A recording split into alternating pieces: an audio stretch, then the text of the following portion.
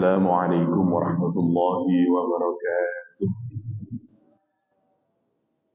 Alhamdulillah wassalatu wassalamu ala Rasulillah wa ala alihi wa ashabihi wa man walah. Asyhadu an la ilaha illallah wahdahu la syarika lah wa asyhadu anna Muhammadan abduhu wa rasuluhu as-safiyyul khalil adda al-amanah wa nasaha al-ummah wa jahada fi sabilihi haqqa jihadih. Ikhwatillah rahimakumullah, alhamdulillah rabbil alamin. Kita melanjutkan tadabbur kita terhadap surah Al-Hujurat. Seingat saya kemarin terakhir kita bicara tentang akhlak yang harus kita miliki. Berakhir dengan penjelasan tentang bahwa kita semuanya ini adalah bersaudara. Nah, sekarang kita masuk ke ayat yang ke-14 dari surah Al-Hujurat. Mungkin belum betul kelintung. Saya ingat dulu ayat 14. Bismillahirrahmanirrahim. Qalatil a'rabu amanna qul lam tu'minu walakin qulu aslamna. Walamma yadkhulul imanu fi qulubikum wa in tuti'u Allah wa rasulahu la yalidkum min a'malikum syai'a innallaha ghafurur rahim. Wa qalat, dan berkata, al-a'rab, orang-orang Arab di luar kota Mekah Madinah atau biasa yang dikenal dengan Arab Badui. Mereka berkata apa? Amanna, kami beriman. Anehnya kemudian Allah Subhanahu wa taala memerintahkan kepada Nabi Muhammad, "Qul," katakan Muhammad, "lam tu'minu," kalian belum beriman. "Walakin qulu aslamna," akan tetapi katakanlah tapi kalian hanya masih berkata aslamna, kami beriman. "Walamma yadkhulul iman fi qulubikum," karena iman belum masuk ke dalam hati-hati mereka, kata Allah Subhanahu. Hati-hati kamu, kata Allah. Mari kita pikirkan apa maksudnya ayat ini. Ayat ini turun berkenaan dengan peristiwa yang dikenal dengan Amul Wufud atau tahun delegasi. Musuhnya Islam saat itu ada, kalau kita mudahkan, ada 3 golongan. Yang pertama adalah kafir Quraisy, yang kedua adalah munafik, yang ketiga adalah Yahudi. Ada 3 kelompok yang memusuhi umat Islam saat itu. Kafir Quraisy di kota Makkah, di Madinah ada 2 kelompok, yaitu munafik dan Yahudi atau ahlul kitab, orang Nasrani juga. Orang muhajirin, orang kafir Quraisy ditaklukkan oleh Rasulullah SAW mulai dari perang Badar berakhir dengan Fathu Mekah. Ketika Fathu Mekah, semua orang kafir Quraisy sudah takluk, nggak ada lagi. Dan mereka dikasih pilihan oleh Rasulullah SAW untuk masuk Islam atau hidup damai atau keluar dari kota Mekah. Dikasih waktu 3 bulan untuk berpikir, dan tidak ada lagi. Sudah selesai. Musuh pertama kalangan orang Quraisy. Yang kedua, orang Yahudi. Orang Yahudi terdiri, kalau sekarang ada 3 kampung besar di Madinah. Ya, ada Bani Nadir, Qainuqa, sama Quraidah. Semuanya juga sudah diusir oleh Rasulullah dari kota Madinah. Terus, mereka kan warga negara, kenapa kok diusir? Karena mereka yang membuat kesalahan untuk menghancurkan kota Madinah. Tentu kalau ada masyarakat yang hendak membuat keonaran dan bahkan pembunuhan terhadap Rasulullah, ya, tidak memberikan kesetiaan seperti seperti dulu gerakan Aceh Merdeka, Papua Merdeka, ya tentu ini menjadi lawan negara. Dan di masa Rasulullah orang Yahudi itu begitu. Yang pertama Yahudi Bani Nadir itu juga sama, tidak mau membayar pajak, tidak mau membayar uang yang mestinya ditanggung bersama sebagai kewajiban warga negara. terus malah hendak membunuh Rasulullah SAW, akhirnya diusir Bani Nadir. Bani Qainuqa juga sama. Bani Qainuqa melecehkan wanita muslimah dan bahkan kemudian membunuh orang Islam, sehingga kemudian dikepung kampungnya, diusir oleh Rasulullah SAW dari kota Madinah. Yang terakhir Bani Quraidah bekerja sama dengan orang-orang kafir Quraisy untuk melakukan penyerangan kepada Madinah. Orang-orang Quraisy dengan aliansinya sebanyak 10.000 menyerang dari arah atas, sementara orang Yahudi yang dipimpin oleh Bani Quraidah dengan Yahudi Khaybar itu akan menyerang dari arah bawah. Diketahui oleh Rasulullah SAW, dan akhirnya mereka terjadi peperangan yang dikenal dengan perang Bani Quraidah, dan mereka kalah, mereka juga terusir dari kota Madinah. Praktis sudah nggak ada lagi Yahudi di Madinah. Tinggal munafik juga habis. Sehingga tidak ada musuh sudah. Ini kira-kira setelah akhir tahun ke-8. Tahun ke-9 Rasulullah SAW hijrah. Itu sudah selesai. Semua Mekah, Madinah, dan Arab sekitarnya itu sudah semuanya di tangan Rasulullah SAW. Ada ceritanya. Nah, suku-suku di sekitaran Mekah, Madinah itu suku-suku yang pagan, nyembah berhala, berbagai macam itu ya. Terus mikir-mikir, ini kalau saya tidak masuk Islam, apa manfaatnya? Kalau saya masuk Islam, apa manfaatnya? Mereka mikir-mikir, ada yang mikir, wah, ini sekarang kekuatan politik paling kuat adalah Madinah. Kalau saya sampai tidak masuk Islam, kami tidak masuk Islam, sekampung ini atau senegeri ini tidak masuk Islam, ini tidak akan ada keuntungan secara politik. Alih-alih kalau nanti misalnya Nabi Muhammad menyerang kami, kita tidak punya kekuatan. Siapa yang bisa mengalahkan orang Islam saat itu? Kekuatannya sudah sangat kuat.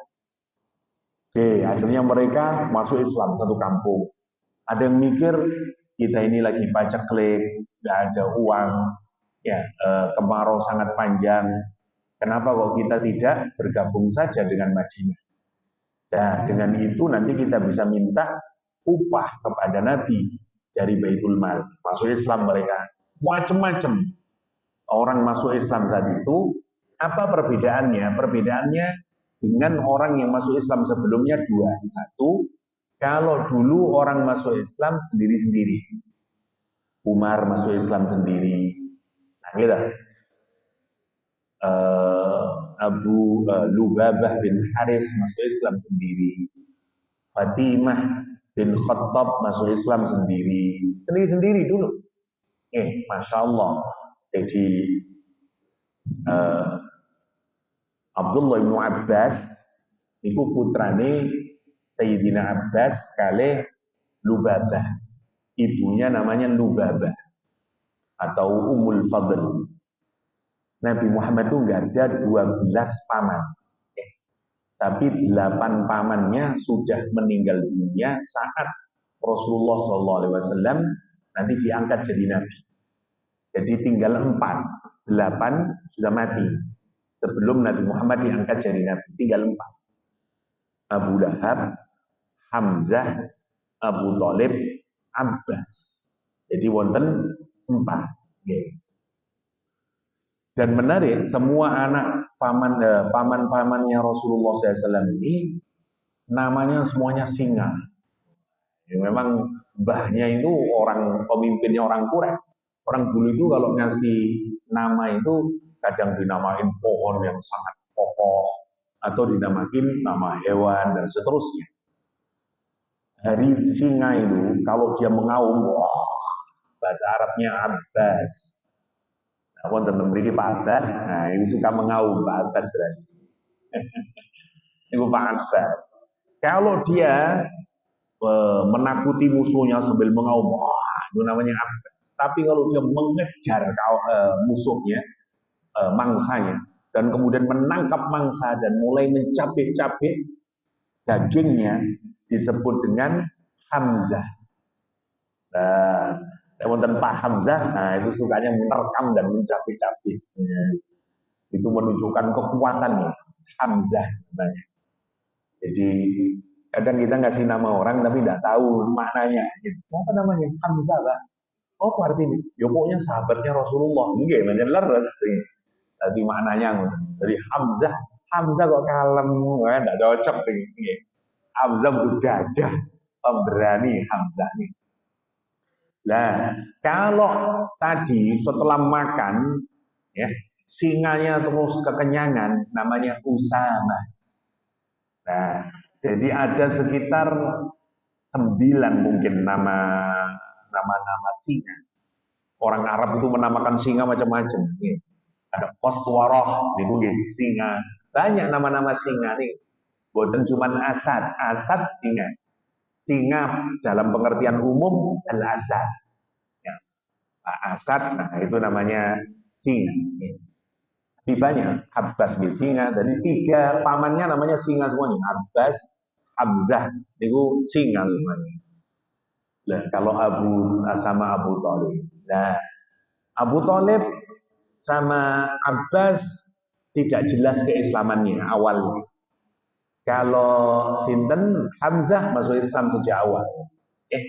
Tapi kalau Sayyidina Abu Lahab musuh bebuyutan Rasulullah SAW, bahkan nanti masuk ke dalam nerakanya Allah SWT. Nah, sementara Abu Thalib tidak diketahui keislamannya, tetapi membela Rasulullah SAW. Secara zahir kita melihat Abu Thalib non-muslim. Makanya sampai turun ayat Al-Quran, engkau tidak bisa memberikan hidayah Muhammad meskipun engkau sangat mencintai orang tersebut. Dan sangat.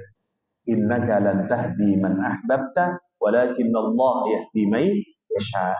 Ayat untuk Abu Thalib. Le Abbas sajane ngoten, Sayyidina Abbas sampun masuk Islam, tapi tidak pernah menjelaskan kalau dia Islam. Ngoten.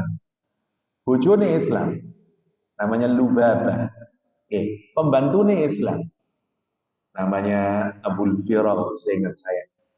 Nah, ini menarik, nomponan ini orang-orang Arab dulu niku ngoten nggih, tapi Abbas menunjukkan pembelaannya kepada Rasulullah Shallallahu alaihi wasallam. Ngoten. Dan banyak, kalau nanti suatu hari saya ceritakan Abdullah bin Abbas yang sangat memukau orang yang sangat dekat kepada Nabi, ahli hadis, dan disebut dengan habrul ummah. Ulamanya wong Islam itu Sayyidina Abbas. Sampai seriusnya dia belajar nih, sampai memperhatikan lek sholat nih, Kanjeng Nabi ini jenggote obah wonda, sampai diteliti jenengan menawi haji nih, hampir semua hadis yang berkenaan dengan haji, siapa yang meriwayatkan? Abdullah bin Abbas. Sampai Aisyah menyatakan Sayyidina Abbas itu adalah a'lamun nas bil haji, orang yang paling tahu tentang fikihnya haji, yaitu Abdullah bin Abbas. Sangat alimnya nih, wong masya Allah ya, hebatnya. Suatu hari saya ceritakan. Singkat ceritanya, tahun ke-9 Hijrah, Rasulullah SAW mulai mengirim surat kepada negara-negara sekitar, ke Mesir, ke Persia, dan seterusnya. Nah, ini nanti yang dikenal dengan mulai dikirim surah dan seterusnya. Ya. Tapi sebelum Rasul mengirim surah-surah ini, surat-suratnya Nabi, lah suku-suku Quraisy, suku-suku Arab yang berada di luar kota Mekah dan Madinah, tadi mulai mikir-mikir, aku melbu Islam lah. Nomor satu, kalau dulu orang masuk Islam itu sendiri-sendiri, sekarang boten, satu kampung masuk Islam. 100 orang, 70 orang. Ya. Makanya dikenal dengan Amul Wufud istilahnya, tahun delegasi. Yaitu tahun ke-8 atau tahun ke-9 Hijriah. Orang tidak masuk Islam sendiri-sendiri, tapi masuk Islam bersama-sama sudah. Quran menyatakan wa ra'aitan nasa yadkhuluna fi dinillahi afwaja. Kamu melihat manusia masuk ke dalam agama Allah afwaja, bergelombang-gelombang. Satu kampung, 100 orang, 200 orang. Kapan itu? Fatu Makkah. Setelah Fatu Makkah, efeknya ngotot. Mereka datang ke Madinah, langsung 100 orang masuk Islam. Bukan satu-satu seperti masanya tadi, Sayyidina Abbas dan seterusnya. Bukan satu-satu lagi. Satu kampung bedanya. Yang kedua perbedaannya, kalau dulu orang masuk Islam karena yakin Islam itu benar. Kalau masa Amul Wufud atau tahun ke-9 ini orang masuk Islam karena ya wis apa maneh wis ono sing anu lah ngoten. Wonten sing alasan ekonomi, wonten sing alasan politik, wonten sing alasan keamanan, macam-macam. Tidak selalu karena merasa Islam itu benar seperti di masa yang awal. Nah, sekarang kalau saya petakan, orang Islam itu terbagi menjadi 3 kemudian. 1, orang muhajirin yang sudah Islam kira-kira 13 tambah 9 tahun. Berarti sudah 21 tahun masuk Islam. Dan digembleng dengan berbagai macam peristiwa nih, Badar, Uhud, wah, Khandaq, wah, macam-macam nih. Ini namanya sahabat-sahabat yang begitu istimewa. Ya, mengalami asam garamnya perjuangan Islam. Yang kedua orang Ansor. Orang Ansor kira-kira Islamnya ya 9 ditambah 3 atau 4 maksimal.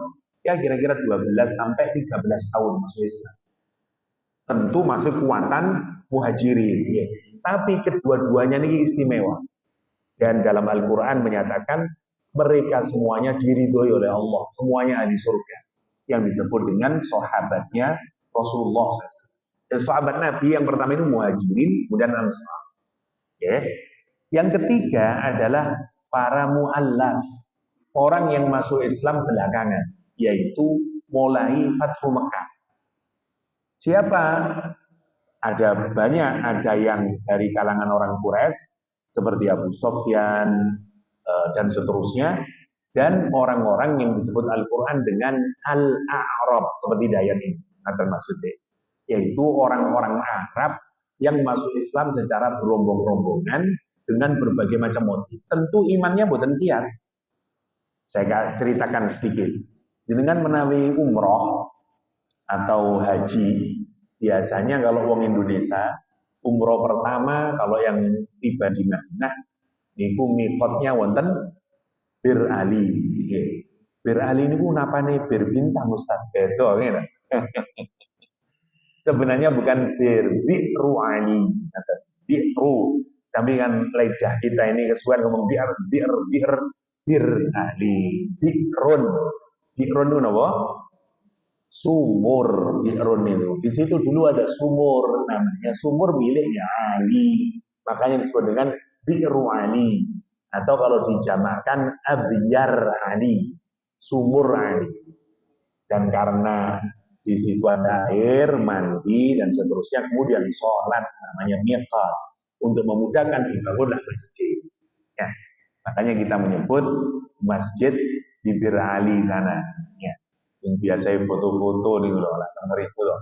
Mantun sholat, namanya Bir Ali. Yang kedua, biasanya terji'ronah, kalau jangan masih ingat. Sing masjid cilik, sesel-seselan, namanya ji'ronah. Ya. Ji'rona sanes wong Madura nggih nama tempat. Ji'rona. Ji'rona itu ngeten.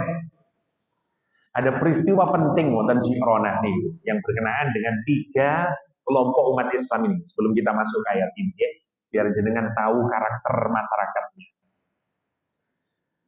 Perang terakhir yang dilakukan oleh Rasulullah SAW bersama dengan para sahabatnya ini adalah perang Hunain namanya.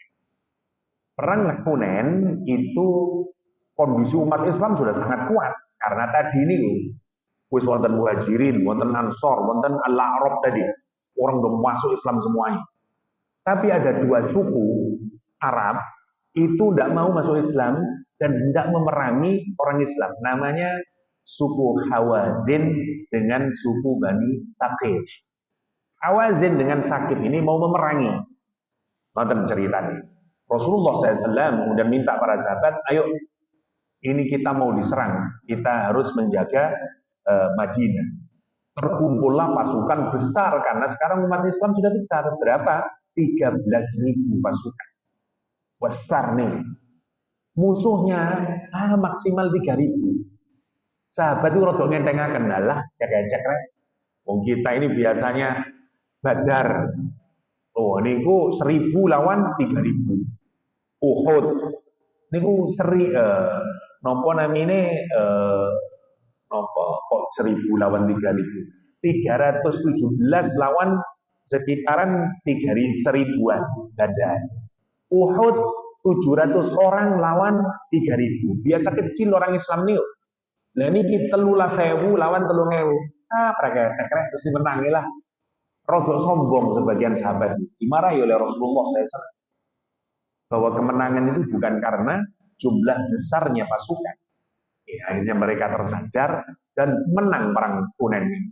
Perang Hunain ini banyak sekali mendapatkan ghanimah, rampasan perang. Emasnya saja 24.000 uqiyah. Uqiyah itu kira-kira 1 on. 24.000 on. Wah, itu pirang kilo nih.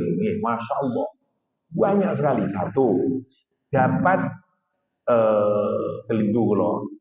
4.000 uqiyah. Yang 24.000 itu unta. 24.000 unta. 4.000 uqiyah. Dan sekian ribu tawanan perang. Banyak sekali dapatnya. Rasulullah berhenti wonten Ji'ronah nih. Wonten cerita. Setelah itu dibagikan. Karena yang berhak membagikan harta rampasan perang niku Rasulullah SAW. Nah, yang menarik siapa yang diberikan oleh Rasulullah? Wong mu'allaf nih. Yang baru masuk Islam, sing perangi rodok wedi. Yang maju ke depan dalam perang Hunain itu adalah terutama orang Ansor sama orang Muhajirin. Tapi yang dikasih ghanimah oleh Rasulullah SAW adalah orang-orang Zidan. Tadi yang masuk Islam secara berombong-rombongan nih. Abu Sofyan datang ke Rasulullah. Ya Rasulullah, mana bagian saya? Rasul ngasih 100 ekor unta. Unta loh nih, siji minimal 30 sampai 50 juta. Kasih 100 sebenarnya. Karena belum emasnya, sekian uqiyah emas. Kata Abu Sofyan, anak saya Rasulullah juga ikut perang. Yazid dikasih 100 ekor unta lagi. Semua orang yang berasal dari kota Makkah, suku-suku Arab ini dikasih semuanya sama Nabi. Ini. Sementara orang Ansor yang berada di garda terdepan, yang bahkan pedangnya masih meneteskan darah, boten diparingi nopo-nopo. Nah, peristiwa itu terjadi di mana? Di Ji'ronah nih. Ngomel kabeh wong Ansor ya untuk ngarepe Kanjeng Nabi. Nabi opo rek rimo ya, awak sing perang. Sampai gerudle niku kepireng saking Rasulullah sallallahu alaihi wasallam. Ngoten ceritane. Nabi kemudian memanggil pemimpinnya orang Ansor, yaitu Sa'ad bin Ubadah. Sa'ad, kemari kamu. Ya Rasulullah, wonten napa ya Rasulullah? Aku krungu-krungu orang-orang ini protes sama saya. Gara-gara pembagian rampasan perang. Memang iya enggak? Ya Rasulullah, memang warga saya berutuh semuanya. Karena engkau tidak memberikan pembagian kepada mereka. Dan hanya diberikan kepada orang Mekah. Sampai wonten sing ngomong ngeten, Muhammad Islam ngelalehno awak dhewe. Eling yang koncong-koncone biyen wong Mekah. Makanya kok dikasih wong Mekah saja. Menarik. Ya tetap menungso, ya. Meskipun sahabat itu ahli surga sedaya, ya tetap menungso. Lah wajar toh. Ya apa toh? Akhirnya Nabi Muhammad berkata kepada Sa'ad bin Ubadah, apa? Kumpul no anak buahmu kabeh dalam satu tempat. Nanti saya akan bicara dengan mereka semuanya. Ngumpul kabeh wong Ansor nih. Nabi mulai membuka, Assalamualaikum. Saya telah mendengar kalian merasani aku. Gini. Wah, kabeh pun. Kamu ini tidak mikir kan? Kamu itu mendapatkan hidayah dari Allah SWT. Sehingga mengeluarkan kalian dari kekufuran menjadi muslim. Karena siapa? Kalau udah bukan karena saya, mulai tambah dredeg, mulai ada yang menangis. Nanti semua orang Ansor menangis. Dulu kalian tersesat. Siapa yang mengarahkan kalian kepada cahayanya Allah? Kalau bukan saya. Dulu kalian, wah kafe oleh Nabi, ya, berperang satu sama lain selama 120 tahun. Aku yang menyelamatkan kalian. Sehingga kalian sekarang menjadi saudara satu sama lain. Dulu kalian, wah Nabi, tambah nangis kan. Setelah itu Nabi menyatakan, ayo komplain, ngomong. Ada yang berani satu pun. Kata Rasulullah, bilang begini, Muhammad, dulu kamu datang ke sini bukan siapa-siapa. Kami yang menjadikan kamu sebagai pemimpin. Ayo bicara ngomong, kata Nabi. Dulu kamu datang kemari tidak memiliki tempat tinggal, pekerjaan. Kami yang memberikan tempat tinggal. Dulu kami yang menjadikan kamu sebagai pemimpin dan seterusnya. Ayo ngomong. Wah, Mbak nangis. Baru kemudian Rasulullah SAW menyatakan, wahai orang-orang Ansor, sesungguhnya saya itu memberikan kepada para mu'allaf karena saya meragukan iman mereka. Saya memberikan harta itu agar mereka kuat imannya kepada Islam, cinta dia kepada Islam. Sementara untuk kalian orang-orang Ansor, saya sama sekali tidak meragukan iman kalian, kata Rasul. Sungguh, kalau aku tidak lahir di Mekah, aku pasti menjadi orang Ansor. Kalau seluruh orang mengambil jalan yang lain, sementara orang Ansor mengambil jalan yang lain lagi, saya pasti akan berjalan di jalannya orang Ansor. Kata Rasulullah SAW, tidakkah kamu ridho wahai orang Ansor? Orang Mekah itu pulang hanya membawa kambing dan unta, sementara kalian pulang membawa aku Muhammad Rasulullah SAW tambah gugup orang Ansor. Langsung Rasulullah mengangkat tangannya dan berdoa kepada Allah SWT.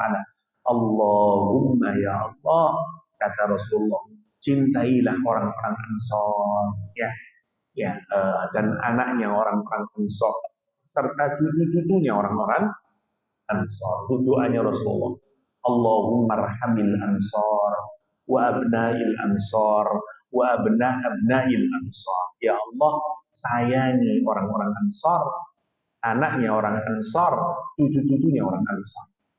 Makanya jenengan kalau sekarang banyak ulama dari Madinah, salah satunya kesebaban apa? Dungane Gusti Madinah. Dan memang orang Ansor itu lebih lembut dibanding dengan orang Mekah. Kenapa? Petani mereka.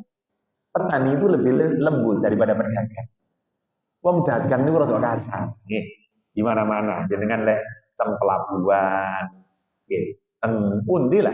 Biasa wong dagang ayel-ayelan. Beda dengan petani. Petani itu dengan alam, rambut biasanya cenderung lebih anteng, lebih damai. Ngoten karena wataknya nih. Wong dagang mboten saged rame. Ya jenengan teng pasar turi lah rame dan seterusnya. Ya, jadi kira-kira kados ngoten. Makanya sampai detik hari ini, semua orang yang pernah ke Mekah Madinah luwih seneng pundi? Madinah mesti, Madinah luwih Ustaz, mesti ngoten gitu. Karena memang begitulah iklimnya nih. Apa yang terjadi kemudian? Semua menjadi tentrem semuanya. Itu peristiwanya wonten Ji'rana. Dan kemudian menjadi miqat kita kalau umroh nih wonten Ji'rana. Ini konteksnya ayat ini nih wonten.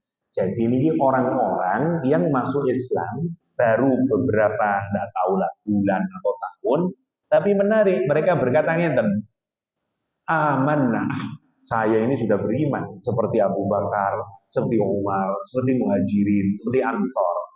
Padahal dia motif imannya karena macam-macam, entah karena ekonomi, entah karena politik. Yang kedua, dia ini belum merasakan pahit getirnya perjalanan memperjuangkan Islam. Dan mereka ini belum lama, belum ada proses yang dia lalui dalam iman itu. Tapi dia sudah menyatakan qalu amanna, kata Al-Quran. Qalatil a'rabu amanna. Makanya Allah sudah menyatakan, kul katakan kepada mereka, Qulu walakin qulu aslam hendak sampean sing Islam. Berarti ayat ini tentang apa? Tentang kriteria kapan seseorang itu disebut sebagai mukmin. Nah, ini penting ayat ini, nomor setunggal. Berarti wonten beda antara Islam kali iman. Napa bedane? Islam niku semua amal di luar diri kita. Di semua amal tubuh kita niku namine Islam. Jangan petani nggih. Nomor satu syahadat. Harus diucapkan dengan lesan kita. Boten nangsal syahadat jerone ati, boten nangsal. Makanya kalau jenengan boten nate mau syahadat dalai lesan, ya belum muslim. Kula muslim teng jerone ati. Ayo coba maca syahadat, ya sepurane boten. Boten saged. Kita tidak bisa menghukumi orang itu sebagai muslim. Muslim itu kedah mengucapkan syahadat dan secara lisan asyhadu an la ilaha illallah baru dia muslim. Ngoten ya. Nomor satu. Salat. Rukun Islam kan wonten 5.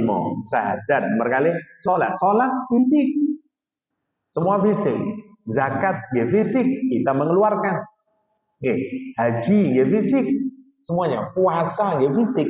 Maka Islam itu cukup. Pokoknya jenengan melakukan aktivitasnya itu jenengan muslim.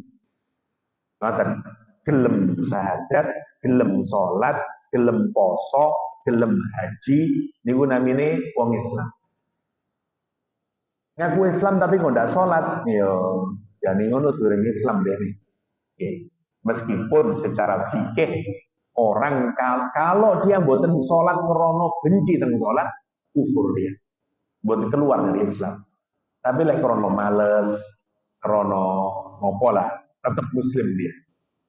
Ya, karena prinsip yang membuat kita menjadi muslim adalah syahadat nih. Wonten wong Islam Ustaz, wonten poso Ustaz. Kula tangleti jenengan ana poso. Lah apa poso? Oh, lebih susah-susah kok malah poso. Aku udah percaya lek ono poso bareng. Kufur ya. Boten nangsa. Tapi lek ngeten sampeyan ndak poso lho ya apa? Aku yo apa ta. Ngaku Islam tapi aku kuat aku lek poso itu. Dan tau nyoba tapi aku lek jam 12 wis waduh luwe ya. Nah, ini bisa tetap muslim tapi berdosa. Ya, muslim yang berdosa. Hati-hati ya. Kita ini boten nangsal gampang mengeluarkan orang dari Islam. Boten nangsal. Meskipun dia ndak mau. Misalnya orang gini, sampean kok ndak haji. Lah opo haji bareng teng ndak mau duwe. Aku jujur aku yo ndak penting haji. Kufur dia. Otomatis dia keluar dari Islam. Ini hati-hati ya. Jadi kita ini kalaupun maksiat, jangan sampai kita tidak percaya dengan ketentuan Allah. Ngoten maksudnya. Orang boten sholat, boten infak, boten tapi karena jamen dulu kok ndak gelem bayar zakat iki. Iya, aku sakit botone, tetap muslim dia. Atau meleki memang dia. Wes mau buat pol lah kalau menurut zakat, dia tetap muslim. Ngoten ya. Jadi itu ukuran terendahnya. Ukuran terendahnya ya. Jadi orang itu disebut Islam asalkan pokoknya asyhadu an la ilaha illallah muslim ya.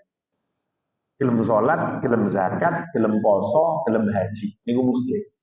Nomor satu. Tapi apakah dia mukmin? Derek. Nah, niku yang menarik. Berarti iman niku napa Ustaz? Iman niku butuh proses. Mangke lek jenengan sholat terus, zakat terus, poso terus. Nah, nanti akan muncul iman di dalam iman letaknya dalam hati, boten saged ditingali. Islam bisa dilihat.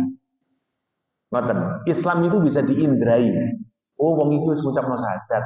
Oh, wong iki sholat. Oh, wong iki poso. Oh, wong iki haji. Niku Islam.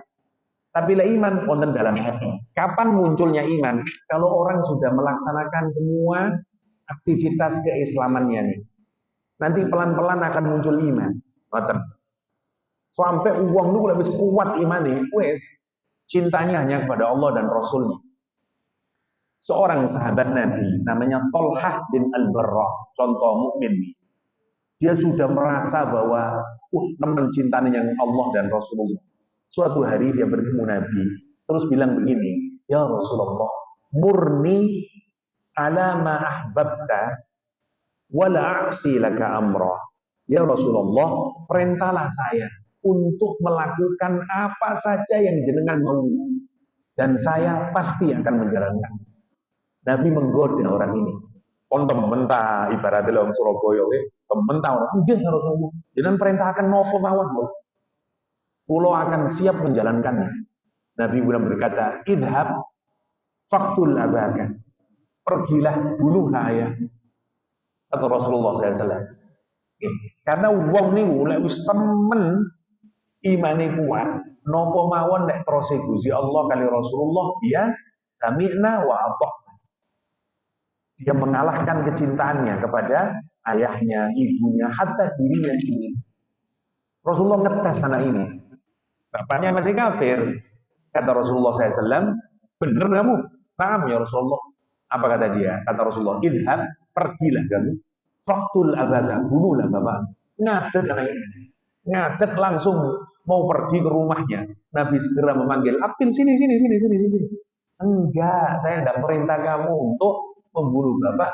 Sesungguhnya saya diutus bukan untuk memutus tali silaturahmi. Tapi Nabi ingin menguji betapa kuatnya imannya anak ini. Ngoten nggih. Niku Nabi nih iman. Kapan bisa nggak ada begitu Ustaz? Kalau kita terus nih melampaui sholat sampai nanti muncul iman. Iman butuh proses. Nah, kapan setelah kita melaksanakan keislaman kita nih nanti akan memunculkan iman.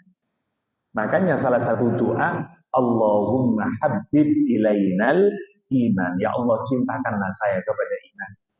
Ya, wa zayyinhu fi qulubina. Lihat doanya itu, wa zayyinhu, hiaskanlah iman itu di dalam hati kami, bukan di fisik kami. Fisik Islam. Oh, saniki pakaian ngeten di gamis iki. Jane ngeten iki menarik ya. Gamis itu asline pakaian Kanjeng Nabi. Asline mboten ngeten iki. Niki pakaian Bizantium. Meskipun saniki wis koyo jenengan nek wonten pakaian ini koyo wong Arab, nang itu. Dikira pakaian Arab. Asline mboten. Niki pakaian Bizantium. Sing pakaiane Kanjeng Nabi niku mirip jenengan nih. Jadi sarung kain bawah sarung selalu dua, yang atas gamis. Gamisnya Nabi itu nutupi dengkul. Loh di belakang jenengan tadi tak tontok dowo gitu. Nah, sampai nutupi dengkul. Nah, mirip kayak pakaiannya orang Bangladesh. Kalau jenengan umroh dan sudah Bangladesh, nah itu sebenarnya dulu begitu Rasulullah SAW. Orang Arab dulu semuanya begitu. Jadi ada izar atau sarung bawah, bagian atasnya gamis yang menutupi dengkul. Nah begitu Islam maju sampai mengalahkan Bizantium, Romawi, sampai ke Eropa sampun. Pakaiane wong Bizantium, Konstantinopel dulu di Turki sana, itu dodo. Jadi kan nonton film-film Eropa zaman biyen, pakaiane lah ngeten to. Nah, ngoten. Wong Arab terus merosok loh, iya pisan model ini. Itu dijadikan pakaian. Tapi nggih mirip, cuman bedane mboten ketokan. Bedane ngoten. Jadi santai mawon urusan pakaian ini. Dudu berarti wah sampean ndak ngene, tapi ngeten nggih, jenengan berpakaian karena kecintaan kepada Nabi angsal pahala. Misalnya, kalau seneng pakaian putih Ustaz, karena Kanjeng Nabi senengnya pakaian putih, angsal pahala. Pahala nopo? Pahala mencintai apa yang dicintai oleh Rasulullah SAW. Maten, kalau seneng damel gamis Ustaz, mbok gamis yang model sampai di bawah itu, atau gamis model begini, yang angsal pahala. Kenapa? Kalau itu dilakukan untuk kalau kepingin niru Kanjeng Nabi, nah angsal pahala, ngoten. Tapi bukan berarti yang tidak berpakaian ngoten ndak angsal pahala, mboten. Semua Nabi itu berpakaian seperti adat kampungnya. Karena itu mau ngarap rumin pakaian itu Nabi pakaian ngoten. Tapi jenengan lihat riwayat, Nabi diparingi tiang Hadramaut, tiang Yaman pakaian didamel dengan dia. Nabi diparingi dari mana didamel dengan dia. Bukan fanatik Rasulullah SAW. Ngoten maksudnya niku. Jadi biasa mawon urusan pakaian ini. Dan kita tidak menilai orang dari pakaiannya. Oke, dari pakaiannya. Mungkin kita ketipu, koyo teng TV-TV loh. Mau pakaian jubah, kalau udung-udung ini lah, syekh. Maca Quran, geladuk-geladuk, ya iya, kok lah gitu. Jadi kita tidak bisa menilai dari pakaian ini. Sekedar tambahan. Oke. Nah, jadi iman itu butuh proses. Jadi monggo dipikirkan, kita ini jangan merasa bahwa kita ini sampun gak ada iman. Iman itu yang tahu cuma Allah SWT. Kita nggak tahu. Makanya jangan menilai. Nah ini menarik. Kita ini seringkali ngeten. Kalau mau wujud bapak, senengani loh merasani. Wong langsung penting hati ini ya. Nah ini salah, ngoten niku. Hati itu tempat iman. Karena rumusnya uang ini boleh gohire sehingga duduk noman tembusi Allah, yaitu Islam. Ya apa katanya wonten iman nih. Kadang-kadang orang ngeritik ngono, percuma kon ku jilbaban. Mau senengane sing merasani wong ae, ya mending aku masih ndak jilbaban. Sing penting kula wong lah atine. Yo iku lek sampean ndak jilbaban mesti atine yo imane bermasalah. Ngoten. Jangan dibalik ya. Iku pasti mboten ngoten. Iman karena iman baru muncul setelah Islam. Jangan dibalik. Aku masuk koyong ini, tapi urusan iman kuat aku. Nggak bisa begitu. Nggak bisa begitu. Ya.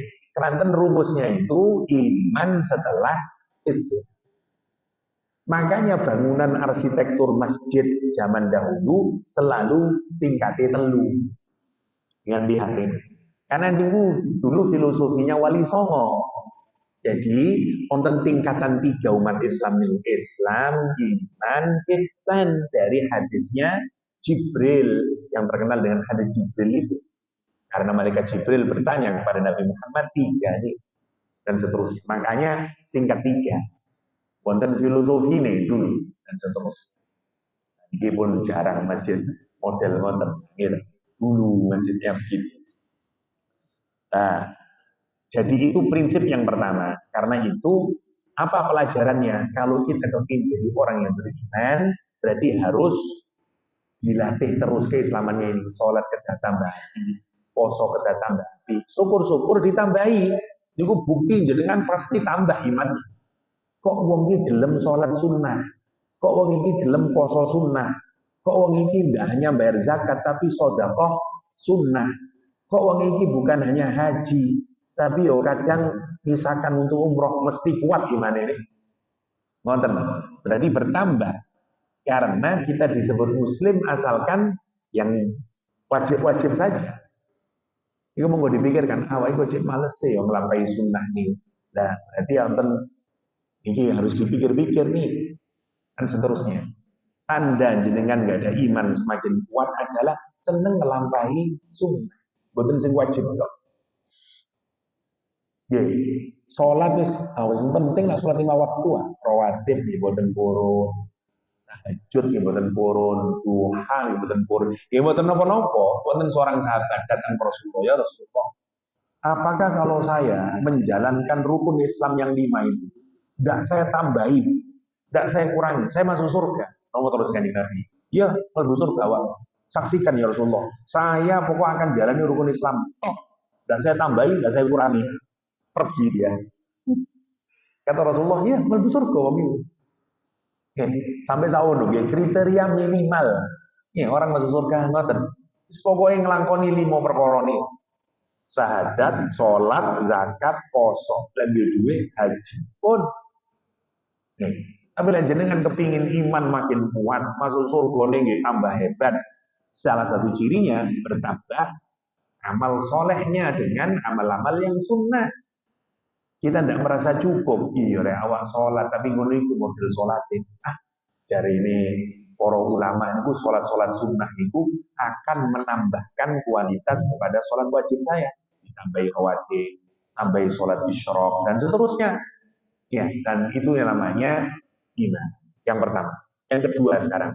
Wa in tuti'ullaha wa rasulahu la yalikum min a'malikum syai'an.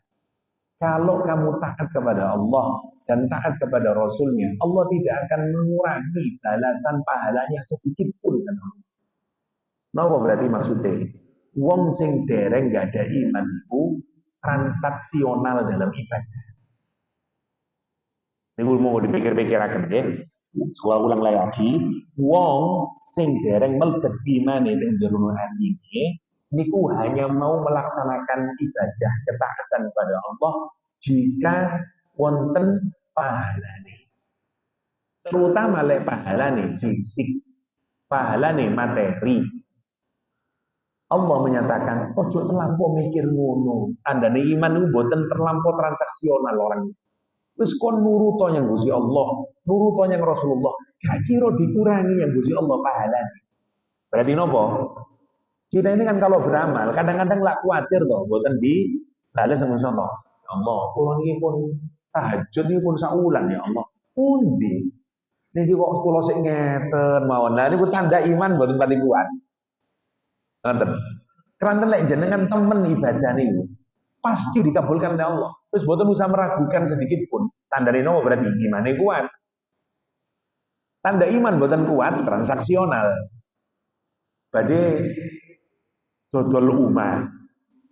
Jenengan wis rewangi jarine Pak Ustaz niku lek anu ngeten niku sing nyepetno kudu amal saleh wis tak barengi poso Senin Kamis lah. Poso Senin Kamis wis 3 wulan nih poso Senin Kamis.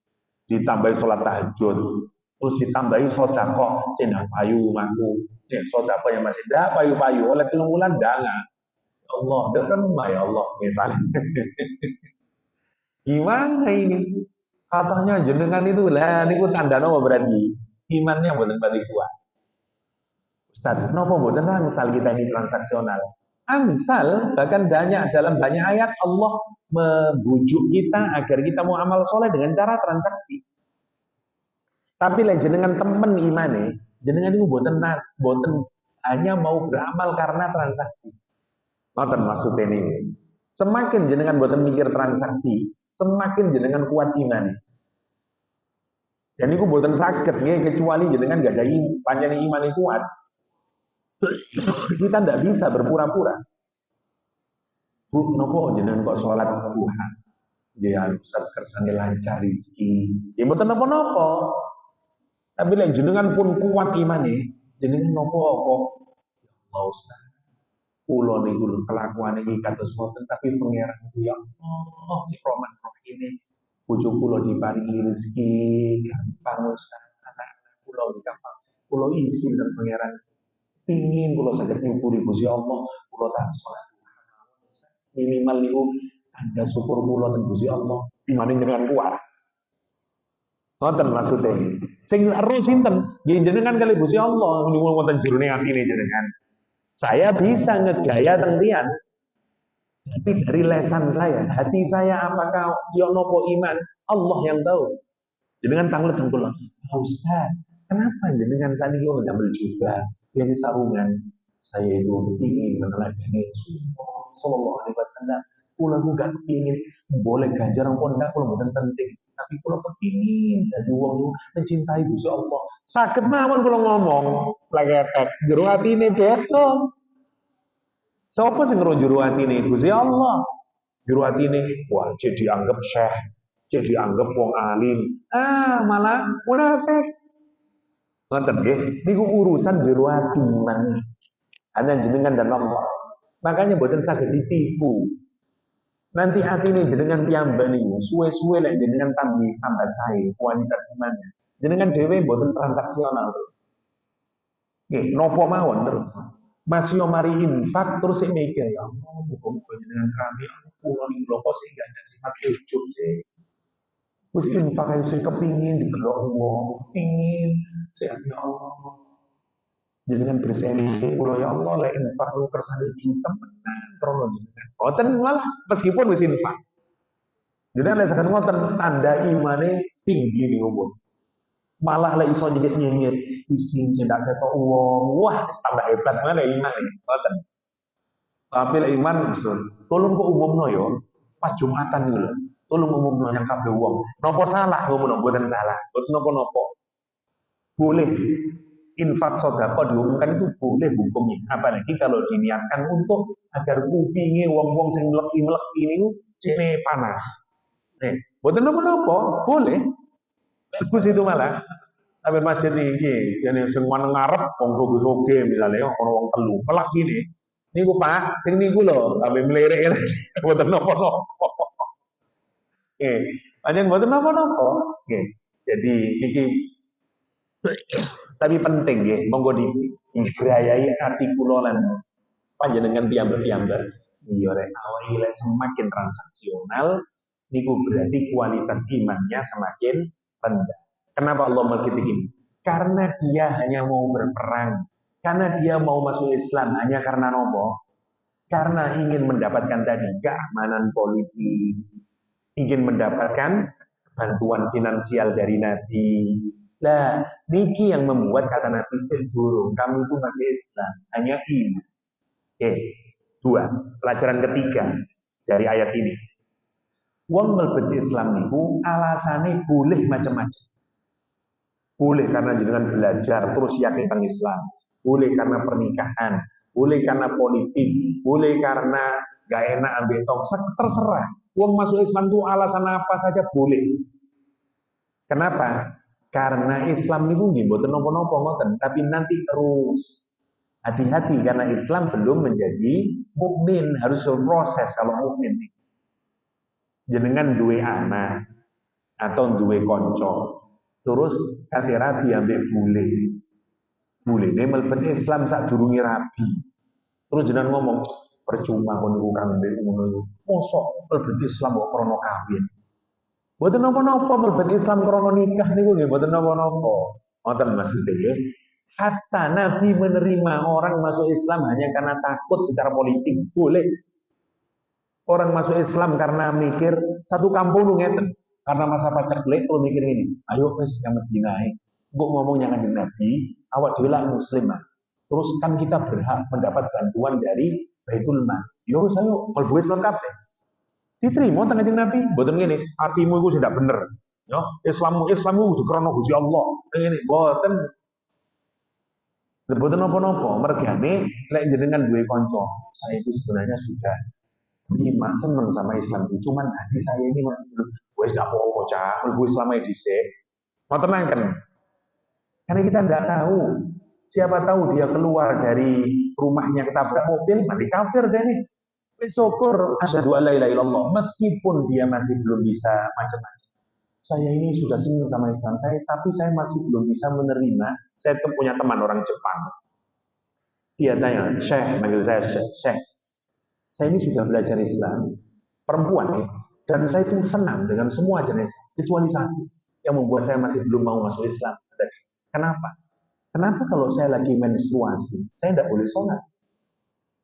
Seakan-akan Islam itu pilih kasih. Saya kan kepingin mendekat sama Tuhan dalam seluruh keadaan saya. Entah saya dalam keadaan menstruasi, menarik dong. Wong bule ini ulah panjang nih, pikirannya rasional dong. Ya, dan seterusnya. Ya, saya mencoba menjelaskan kepada dia. Tapi saran saya, ya, masuk Islam aja dulu. Karena ini penting, iman ini nanti proses. Kadang-kadang kita ini bukan teman, sampai ini teman masuk Islam itu. Akhirnya sama nih, kok roh atine wong ae. Mboten napa-napa terserah wong masuk Islam. Sama lah dengan kita. Jenengan masuk SD masuk Islam, nopo jenengan yakin nang Islam. Boten, bapaknya jenengan sing ngomong ae lek, kok kon kudu muslim lek. Wis ngoten.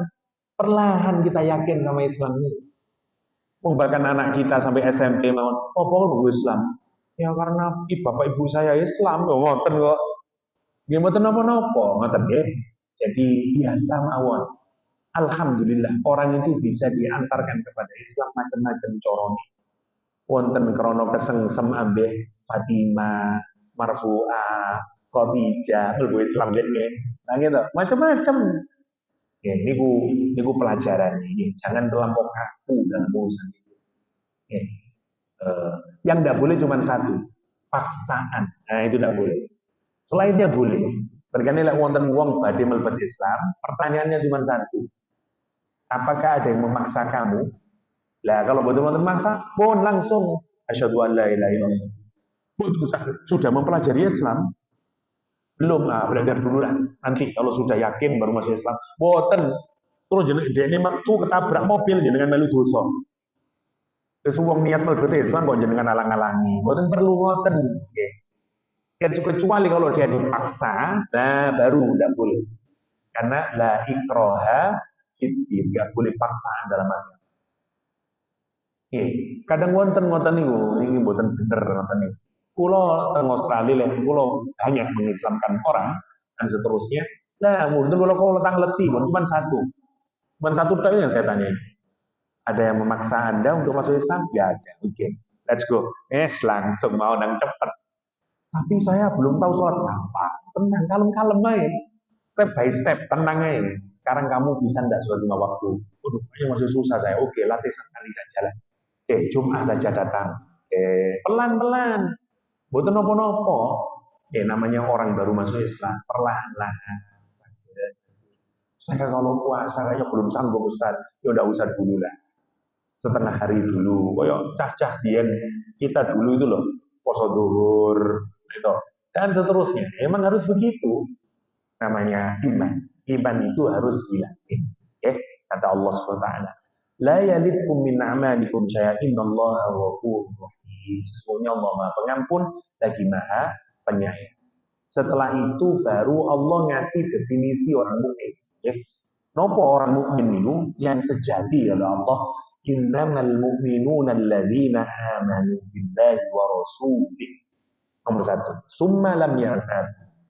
Sesungguhnya orang mukmin itu adalah orang yang beriman kepada Allah dan Rasulnya dan dia tidak ada keraguan sedikit kepada Allah dan Rasul. Monggo, dalam kaitannya dengan apa ini? 1, jangan boten-boten keraguan kepada Allah SWT. Apapun saja, termasuk dalam kaitannya dengan namanya, sifatnya, perbuatannya, ketetapannya. Jangan boten ragu sedikit pun. Itu tanda dengan imannya sejati. Saya kasih contoh. Jenengan yakin Allah Ar-Razzaq, tapi jenengan ini pangeran ini, jari ini pangeran itu maha pemberi rezeki, tapi awak kok sumpah kayak ini. Anda iman belum sejati, belum benar-benar shodiqin, sing bener iman. Jenengan masih meragukan sifatnya Allah yang maha adil, sifatnya Allah yang maha baik, sifatnya Allah yang Rahman Rahim, sifatnya Allah yang maha pengampun. Ini tanda berarti dereng sempurna. Ini berkaitan dengan Allah. Entah namanya, entah sifatnya, atau ketetapannya. Oh, boleh pangeran kosong ini sih. Wah ini ya, dan seterusnya. Tanda iman dereng lurus, jejak lurus. Jadi kan pun iman lurus, iman ini benar. Semua yang datang dari Allah dan Rasul dalam hal apapun saja. Sami'na wa ata'na. Boten wonten keraguan sedikit pun dalam hati. Termasuk hukum-hukumnya. Dayo di Islam kok iso ya babi ku haram. Wong babi ku enak. Wong barat tuh mangan babi biasa-biasa. Kok iso Islam ini? Dan seterusnya dengan meragukan hukum Islam. Boten imannya boten kuat. Dereng iman yang sempurna. Nah, monggo dilatih Ustaz. Terus bagaimana kita melatihnya? Nanti mau dikuatkan hati kita, otak kita, hati kita. Apa yang kita meragukan, dipelajari sampai membuat kita mendapatkan ketenangan batin terhadap semua ajaran Allah SWT. Itu nomor 1. Apalagi kepada Nabi Muhammad, boten-boten keraguan. Kulo niku wis seneng kanjeng Nabi, kecuali setunggal Ustaz. Bojone niku lho kok kathah to kanjeng Nabi. Tetep boten salah. Pasti wonten hikmahnya. Karena itu bagian dari ketetapan Gusti Allah SWT. Dan seterusnya. Ya. Boten nangsal wonten iki. Nggih. Al-Barra tadi dikengken mateni bapake. Budal ini. Terus Nabi manggil. Mantun-mantun sakit orangnya. Nabi menjenguknya. Mantun menjenguk napa terus kanjeng Nabi. Kondon yang keluargane. Aku rasa Tolha bin Al-Barra ini akan meninggal dunia. Tolong nanti kalau dia meninggal dunia, kabari saya, karena saya ingin mensolatkan dan menguburkannya, kata Rasulullah. Pulang Rasulullah SAW. Malam hari makin panas dia, sakaratul maut. Dia bilang sama keluarganya, tolong nanti kalau saya meninggal langsung dikuburkan. Saya minta jangan memberi kabar kepada Nabi. karena saya tidak ingin merepotkan Rasulullah. Ini sudah malam. Kasihan Nabi istirahat. Dan saya takut kalau kamu ngabarkan Nabi, Nabi keluar di malam-malam, ada banyak yang memusuhi Nabi masih di Madinah. Saya takut ada orang Yahudi yang mungkin akan berniat jahat kepada beliau. Bukan usah dikandang. Segerakan penguburan saya. Masya Allah deh. Akhirnya dikuburkan. Pagi hari diada Rasulullah menjenguknya. Nabi sampun saya itu ya Rasulullah. Nabi minta ditunjukkan kuburannya. Nabi datang ke kuburannya bersama para sahabat berbaris-baris. Di wonten hadis Tobroni, Nabi mengangkat tangannya, diaminkan oleh banyak sahabat. Dengarkan doa indahnya Rasulullah SAW. Allahumma ilqatalha tadhaku ilaihi wa yadhaku ilaihi. Kata dia, ya Allah, jumpailah Talha. Engkau tersenyum kepadanya dan dia tersenyum kepada. Ini doa di sini Nabi Muhammad untuk Talha bin Al-Barra yang punya kualitas iman yang kokoh dan panjang ngoten. Jadi kan tangleti Abu Bakar, Umar yang nopo imane, masya Allah. Ini orang-orang yang semua kalau datang dari Allah dan Rasulnya langsung summa lam yartabu. Ketika Rasulullah Isra Mi'raj, wong Quraisy seneng. Inilah kesempatan saya mengeluarkan Abu Bakar dari iman. Dia datangi Abu Bakar. Abu Bakar, kamu tahu enggak kabar tadi malam? Tentang apa?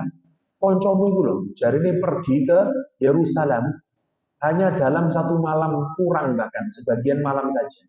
Kamu percaya? Benar Nabi Muhammad yang mengatakan itu? Iya. Saya percaya. Ya apa toh kamu kan sering berdagang. Kita ini kalau menempuh perjalanan pakai unta atau kuda ke Palestina, setidaknya butuh waktu 1-3 bulan. Kamu kan tahu sendiri, kok bisa kamu percaya sama orang yang menyatakan hanya sekian jam saja datang ke Palestina? Kata dia, jangankan itu, saya percaya bahkan yang lebih besar dari itu kalau datang dari Rasulullah SAW. Saya mempercayai bahwa dia mendapatkan wahyu dari Allah. Apalagi cuma sekedar kabar kayak gitu. Masya Allah. Sejak itu Abu Bakar dikenal dengan sebutan As-Siddiq. Kenapa? Karena kokohnya keyakinannya kepada Allah dan Rasul. Nopo mawon yang dari Allah dan Rasulnya sami'na wa ata'na. Itu tanda iman yang gila. Monggo kita dipikirkan, makanya monggo kita ini kalaupun belum bisa menjalankan aturan Gusti Allah, bukan karena kita meragukan. Mbak, sampean niku lho, apa sih kok ndak gelem jilbaban? Ustaz, sebenarnya saya ini yakin jilbaban itu memang aturan dari Allah itu baik. Cuman masalahnya, saya ini kan masih muda, Ustaz. Kepingin kelihatan glowing dan menarik. Mungkin kalau semua yang asal jodohnya, Ustaz. Jadi ngapunten Ustaz, kalau masih belum bisa pakai jilbab. Masih oke ngoten niku. Meskipun ya tetap dosa, tapi masih oke.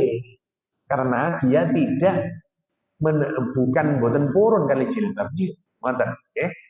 Jadi boten napa-napa lek sing ngoten niku boten mengeluarkan dia dari iman. Tapi lek sampai udah cocok gitu, itu malah gurun pasir kok. Di sini tidak ada pasir. Sini ini Surabaya. Lopo kok rambut ditutup panas pisan. Aku malah busien nih saiki. Wah, sale lagi dah. Niku boten tepak lek ngoten niku. Niku maksudnya nggih. Napa mawon lah. Kita ini kan masih tidak banyak lah kita masih melakukan perbuatan maksiat ini. Tapi jangan sampai kalau kita maksiat niku meragukan hukum Gusti Allah. Nah, ini penting ya, nomor berikutnya. Yang kedua, jahadu bi amwalihim wa anfusihim. Orang itu bersungguh-sungguh ya di jalan Allah, dia membaktikan dirinya atau hartanya di jalan Allah. Itu tanda iman.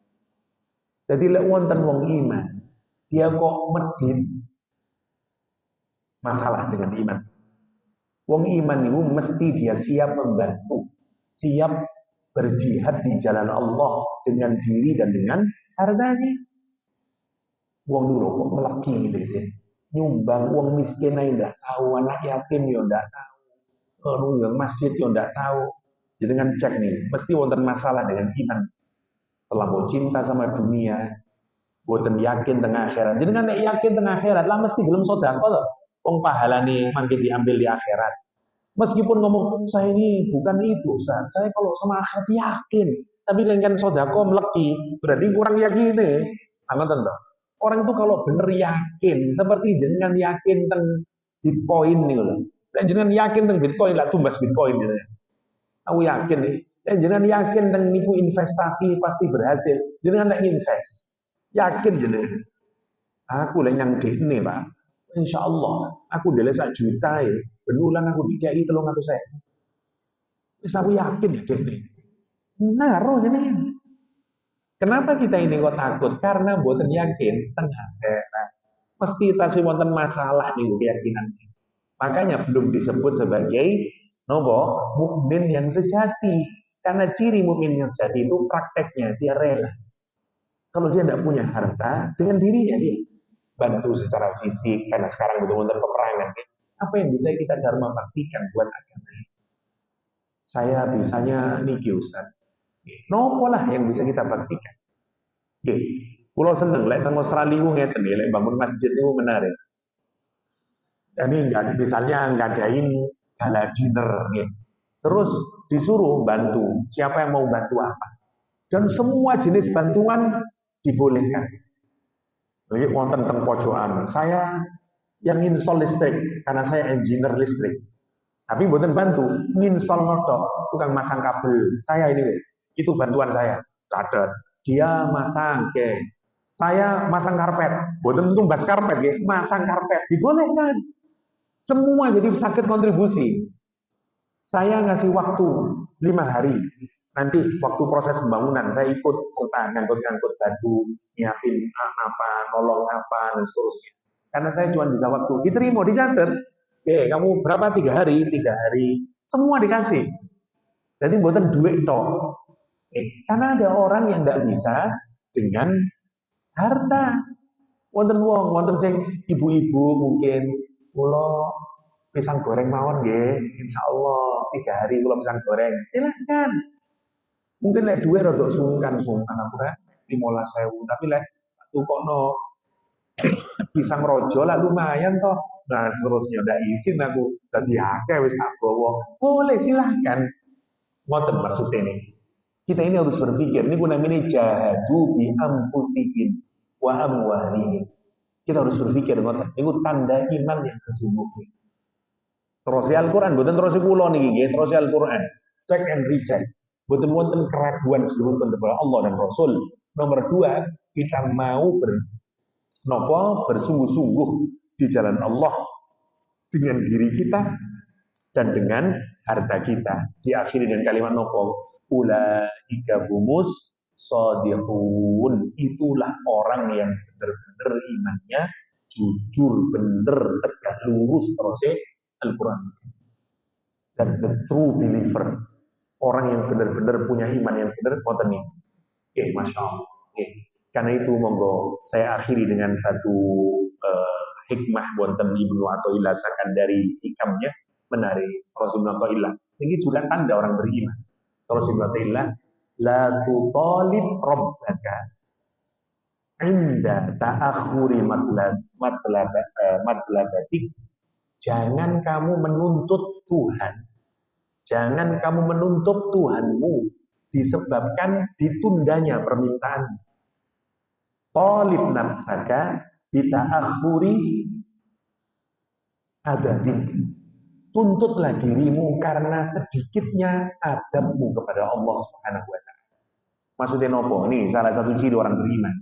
Kalau kita berdoa, kita ini kan punya ketentuan waktu.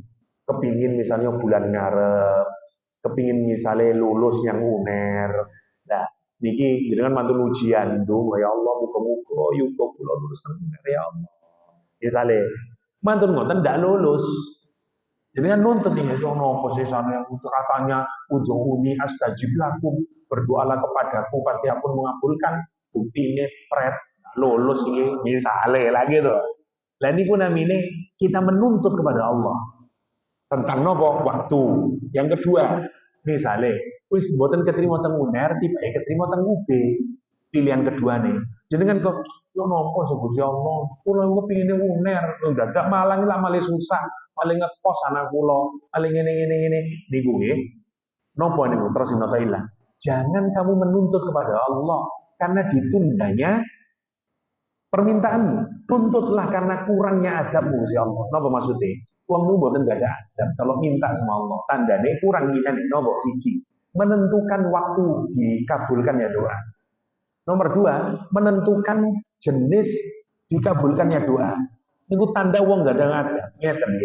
Yang menentukan kapan dikabulkannya doa itu prerogatifnya Allah. Tugas kita cuma doa. Nomor satu. Nomor dua, nanti diberi apa oleh Allah, diganti atau tetap sesuai permintaan. Niku nggih tergantung Gusti Allah. Jadi kan lek sampai nuntut-nuntut ngoten, mboten gak ada adab nang Gusti Allah. Niku tandane kurang gimana ngoten. Maksudnya ngoten. Pun dan apa rahasianya? Waktu niku Allah mengabulkan doa itu mesti waktu yang paling terbaik untuk kita. Hanya kita nih, karena kegawa nafsu. Monggo lah jenengan pikiraken. Iya yo. Aku biar ndak disidokno yang Gusti Allah kawin ane marfu'ah. Aduh re. Aku tiba saking ngerti marfu'ah. Misale wong lanang lah. Misale ibu misalnya Fatimah namanya. Aduh, kenapa ya dulu saya kok tidak menikah dengan Yahya? Misale. Gini kecewa dia. Ternyata setelah 10 tahun Yahya niku nopo kena asam urat wis dengklok mari ngono sik wah kerjaane ngoten terus jenengan alhamdulillah dari aku kan mbek Yahya iku ya Allah bojoku perot ngono saiki rek lah ngono to baru kita bersyukur kita tidak pernah tahu ngoten maksudnya ini ya. Nanti suatu hari saya contohkan Nabi Ibrahim alaihissalam Dungo waktu baru bangun Ka'bah. Dikabulkannya kapan? 6.000 tahun. Ya Allah bangkitkan dari kota ini seorang Rasul. Kapan dikabulkannya? Nanti 6.000 tahun berikutnya. Lahir Nabi Muhammad Sallallahu Alaihi Wasallam. Pertanyaannya, kenapa selama itu? Coba jangan pikiran. Kalau langsung dikabulkan, bukankah yang lahir bukan Nabi terakhir? Berarti bukan Nabi paling istimewa, bukan Nabi Muhammad Sallallahu Alaihi Wasallam. Justru karena diletakkan paling terakhir, Nabi yang paling istimewa dan pahalanya lebih besar lagi diberikan pada Nabi Ibrahim alaihissalam. Itu tanda iman. Jadi kan lek donga niku karena ibadah. Nanti kapan dikabulkan koyo opo, saya gantungkan kepada Allah. Kalau yakin kalaupun diberikan opo itu yang terbaik buat saya. Tanda iman kita. Oke. Niku mawon mugi-mugi wonten manfaatipun hadallahu wa ajma'in wa sallallahu ala nabiyyina Muhammadin wa alihi wasallam wa akhiru da'wana alhamdulillahi rabbil alamin subhanakallahumma wa bihamdik asyhadu an la ilaha illa anta astaghfiruka wa atubu ilaik. Assalamualaikum warahmatullahi wabarakatuh.